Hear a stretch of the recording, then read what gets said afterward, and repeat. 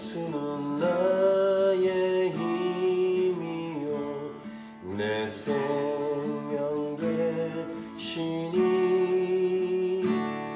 구주 예수 떠나 살면 죄 중에 빠지리 눈물이 앞을 가리고 내 맘에 근심 쌓일 때 위로하고 힘주시니 주 예수 예수는 나의 힘이요 내 친구 되시니 그네를 간구하며 풍성히 받으리 햇빛과 비를 주시니 주수할 곡식마도다 귀한 열매 주시는 이 주 예수 예수는 나의 힘이요 내 기쁨 되시니 그 명령을 준행하여 늘 충성하겠네 주야로 보호하시며 바른 길 가게 하시니 의지하고 따라가리 주 예수 예수는 나의 힘이요 내 소망 되시니 이 세상을 떠나갈 때 곧 영생 얻으리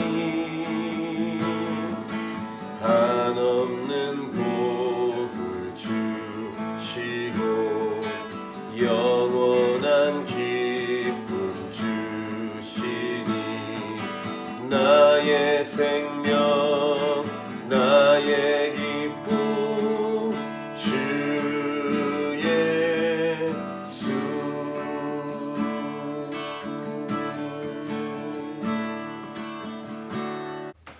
히브리서는 계속 예수님을 계속 소개하고 있습니다.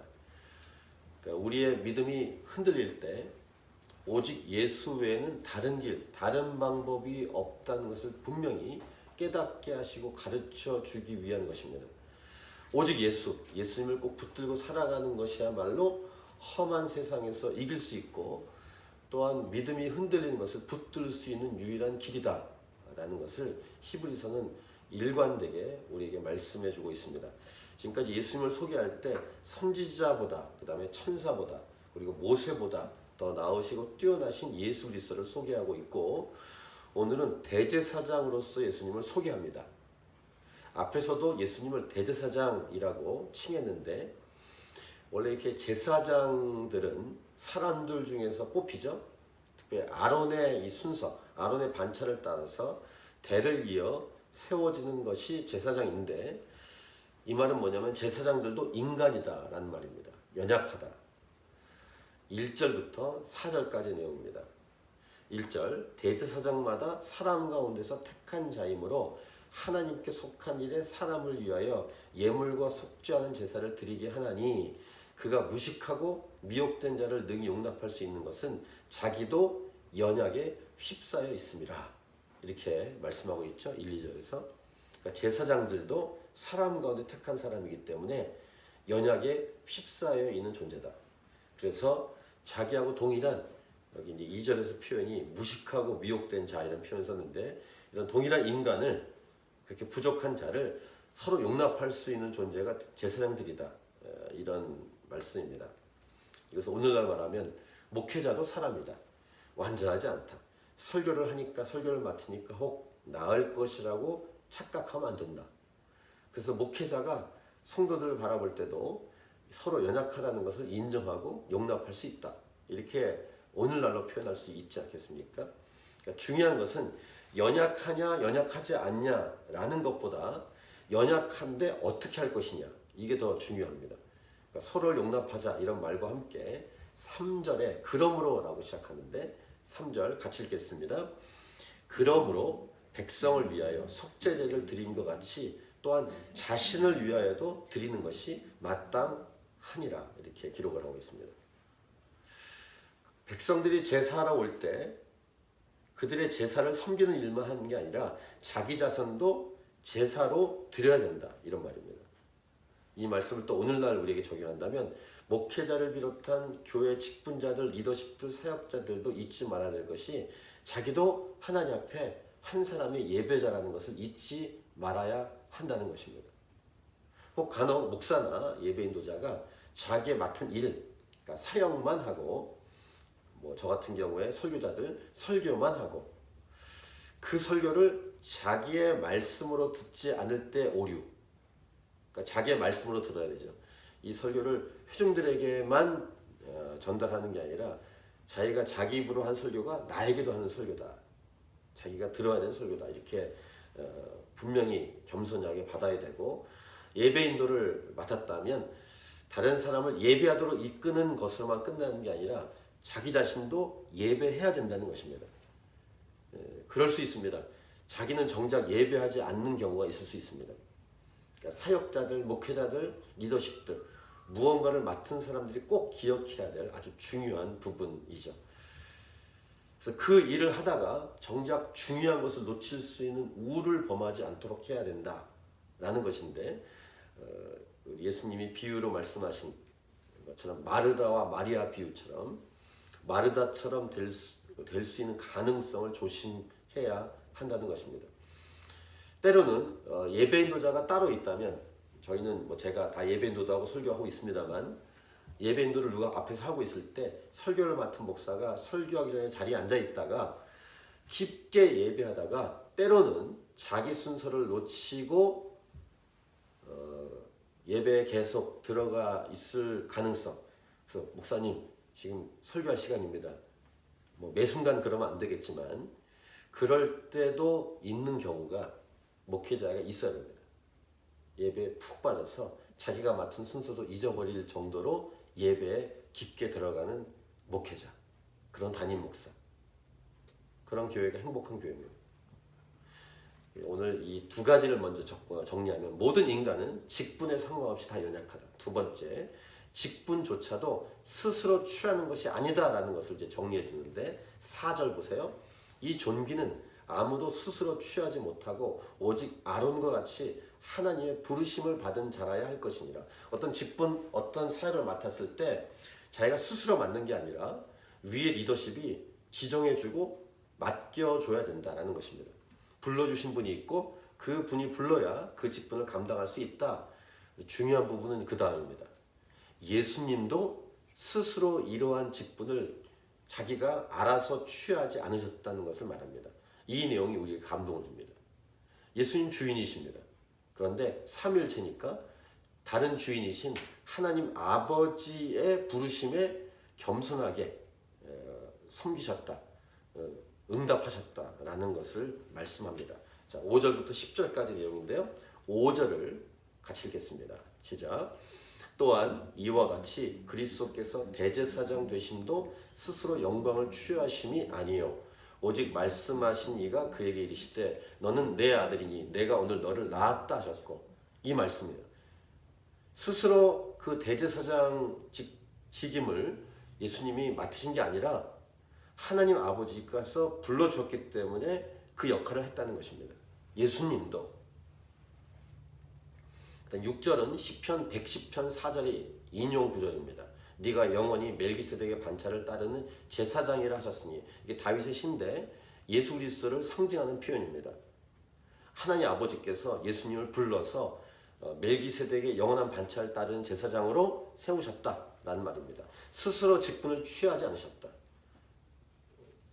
교회에 그런 경우가 있지 않습니까?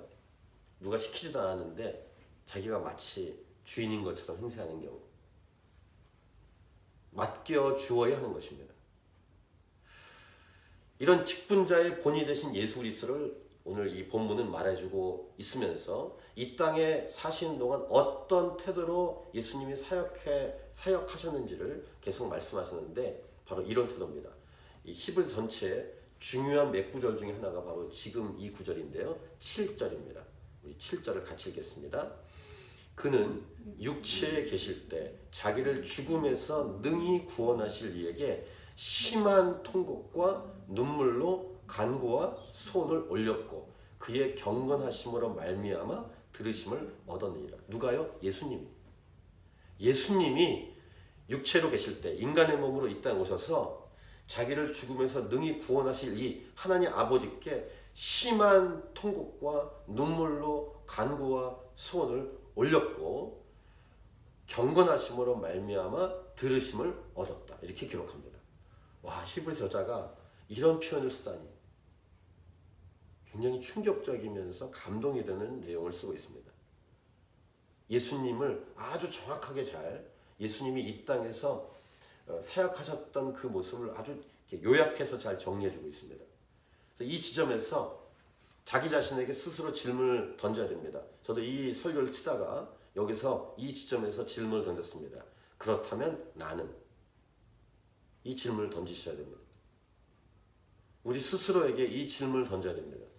예수님께서도 이렇게 간구하고 기도하셨는데 간절하게 나는, 인간인 우리는 어떻게 해야 되겠는가? 이 도전을 우리에게 주고 있습니다. 이 7절 말씀을 우리에게 적용한다면 말을 줄이고 기도해야 한다는 것입니다. 말을 줄이고, 이 말은 사람들에게 하는 말이겠죠. 그걸 줄이고 하나님을 향해서 올려드리는 기도가 우리에게 필요하다. 이 7절 오늘 본문을 가슴에 새기십시오. 강명식 형제가 부른 승리라는 노래, 서성환 목사님이 쓰신 가사에 승리라는 가사를 제가 여러 번 소개했죠. 하고 싶은 말, 그 많고 많은 말, 힘겹게 억누르고 오직 주께서만 말씀하게 하는 것, 바로 승리라네. 이런 가사가 떠올랐어요. 많은 말, 많은 소문들, 많은 오해들, 많은 불공평한 처사, 대우들이 존재하는 이 세상을 살아갈 때 예수님이라면 어떻게 하셨을까? 7절처럼 행동했다는 것입니다. 이것이 오늘 본문이 우리에게 분명히 들려주는 메시지입니다. 그래서 계속 보세요. 7절과 함께 8절, 이 두 개가 아주 중요한 메시지입니다. 그가 아들이시면서도 받으신 고난으로 순종함을 배워서, 이것이 승리의 비결이다. 또 가사가 생각이 납니다. 강명 형제의 그가 아시니라는 가사인데, 죽기까지 순종하신 내 주님의 십자가, 아직도 난 너무도 모르니 그 고난의 비밀 몸으로 배우게 하사 주님 가신 길 따르게 하소서. 그래서 온전하게 되었다. 그래서 9절 보세요. 온전하게 되셨은즉 자기에게 순종하는 모든 자에게 영원한 구원의 근원이 되시고 라고 기록을 하고 있습니다. 이 말씀은 지금 뭐 성경의 모든 말씀이 그렇습니다만 역으로도 생각해 보셔야 되는데, 그러면 고난이 왔을 때 순종하지 않고 자기 마음대로 하면 어떻게 된다는 말씀이겠습니까? 이런 질문도 역으로 던져볼 수 있겠습니다. 주일 예배 때 시험에 대해서 몇 주 전에 말씀드렸는데, 시험을 통과하지 않으면 다시 반복됩니다. 그 다음 단계로 못 갑니다. 통과하셔야 됩니다. 예수님은 우리에게 이러한 본을 보이시는 겁니다. 통과하는 것입니다. 그 과정을 이겨내는 거죠. 죽기까지 고난을 겸손히 순종함으로 통과하셨다고 성경 기록하고, 그래서 승리하셨다고 우리에게 말하면서 저와 여러분도, 예수 믿는 저와 여러분도 이 예수님의 길을 따라오라고 말씀하시고 또 할 수 있다라고 말씀하시는 거예요. 저와 여러분도 이 길을 따라갈 수 있다라고, 예수님처럼 이 길을 갈 수 있다라고 말씀하고 있는 것입니다. 다시 9절을 보세요. 온전하게 되셨은즉 자기에게 순종하는 모든 자에게 영원한 구원의 근원이 되시고, 그러면은 이 예수님께 순종하는 우리도 예수님처럼 나아갈 수 있다라는 메시지입니다. 이렇게 성경에서 성경 말씀을 통해 주시는 성령의 음성을 들어야 됩니다. 할 수 있다라고 말씀하시는 거예요. 마귀의 음성을 들으면 마귀는 못한다고 말합니다. 니까 진 게 뭐 할 수 있냐고. 마귀의 음성을 끊고 성경을 통해서 주시는 하나님의 음성을 들어야 됩니다. 그래서 예수님이 어떻게 되셨는가? 10절 하나님께 멜기세덱의 반차를 따른 대제사장이라 칭하심을 받으셨느니라. 이 예수님을 따라가고 이 예수님처럼 우리도 순종하고 하나님께 주시는 말씀대로 살아가고 예수님을 본받는 것, 그렇게 하라고 우리에게 말씀하고 있습니다. 자, 그 다음에 오늘 본문의 마지막 부분은, 후반부는 멜기세덱에 관한 내용인데 이건 다시 7장에서 또 얘기합니다. 멜기세덱 얘기를 다시 이제 끄집어서 얘기해 줄 건데, 멜기세덱에 관한 말씀이 어렵다고 이 히브리 저자가 말씀해 주고 있습니다. 이 내용이 어렵다. 근데 이 어렵게 느껴지는 이유가 뭐냐면 영적인 성장과 성숙이 필요하다라는 겁니다. 이 멜기세덱에 관한 내용을 7장이 아니라 6장에서 다시 얘기할 겁니다. 7장에서 다시 말할 건데, 창세기 말씀을 인용해서 7장에서 이 부분을 다시 설명해 줄 건데, 오늘 이 부분에서는, 오늘 본문에서는 영적 성장과 성숙에 대한 좀 도전을 줍니다, 우리에게. 자, 이제 보세요. 11절부터 14절까지의 내용은 이렇게 얘기합니다. 멜기세덱에 관하여는 우리가 할 말이 많으나 너희가 듣는 것이 두나무로 설명하기 어려우니라. 이게 우리가라고 말하는 것은 아마 리더십 같아요. 히브리서의 저자 그룹이라고 얘기할 수 있을까? 근데 어쨌든 우리가 할 말이 많다, 멜기세덱에 관해서. 그런데 듣는 너희가 두나무로 설명하기가 어렵다, 이렇게 얘기합니다. 12절. 근데 때가 오래되었으므로 너희가 마땅히 선생이 되었을 터인데, 리더가 다 돼야 되는데 아직도 너무 어리다, 이런 얘기를 합니다. 너희가 다시 하나님 말씀의 초보에 대하여 누구에게서 가르침을 받아야 할 처지구나. 단단한 음식은 못 먹고 젖이나 먹어야 할 자가 되었구나. 우리에게 오늘날로 말하면 교회는 오래 다녔다, 모태신앙이다, 몇십 년 동안 교회를 다녔구나, 근데 변하지 않고 자라지 않는구나, 이런 책망입니다. 이 내용은 내일 주일 설교 때 한 번 더 언급이 됩니다. 이 창세기 말씀을 가지고 좀 아프지만 중간에 제가 하영조 목사님 설교를 인용해서 얘기할 겁니다. 어중간하게 사는 사람들을 향해서 좀 이 도전을 받아야 됩니다. 오늘 히브리서 저자가 이 부분을 도전하는 거예요. 지금 이 편지를 받는 교회에게. 13절 보세요. 이는 젖을 먹는 자마다 어린 아이니 의의 말씀을 경험하지 못한 자요. 단단한 음식은 장성한 자의 것이니 그들은 지각을 사용함으로 연단을 받아 선악을 분별하는 자들이라. 지금 젖을 먹는 어린 아이와 단단한 음식을 먹는 장성한 자를 구분하면서 말하고 있지 않습니까? 급이 다른 거예요. 같이 교회를 다녀도. 그러니까 교회 연수 경험은 의미가 없습니다. 영적인 성장이 얼만큼 이루어졌느냐가 중요합니다. 근데 히브리서의 배경, 의도와 연결시키면 이것입니다. 좀 심각한 것인데, 잘하지 못하면 분별하지 못해서 넘어질 가능성이 있다는 것입니다. 배교할 가능성이 있다는 거예요. 히브리서 저자가 계속 일관되게 말하고 있는 내용이 이것입니다. 이단에게 막 넘어가고 그런 사람이 있지 않습니까?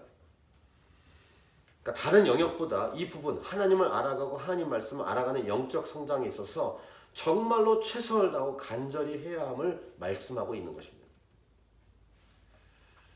자, 오늘 이 히브리서 5장에서 우리에게 말씀하고 있는 이 내용을 오늘도 가슴에 새기고 우리 기도하고, 여러분의 가족, 여러분의 자녀들, 주위에 함께 신앙생활하지만 아직 어린 사람들, 상처가 많은 분들, 믿음이 있는 것 같은데 없는 것 같이 보이는 분들, 이런 분들을 위해서 여러분의 개인 기도 시간에 간절히 기도하고, 먼저 자기 자신을 놓고 나 자신이 예수님처럼 닮아가고 자라갈 수 있도록 기도하는 그런 기도가 될 수 있기 바랍니다. 예수님을 닮아가고 본받는 저와 여러분이 되기를 간절히 바랍니다.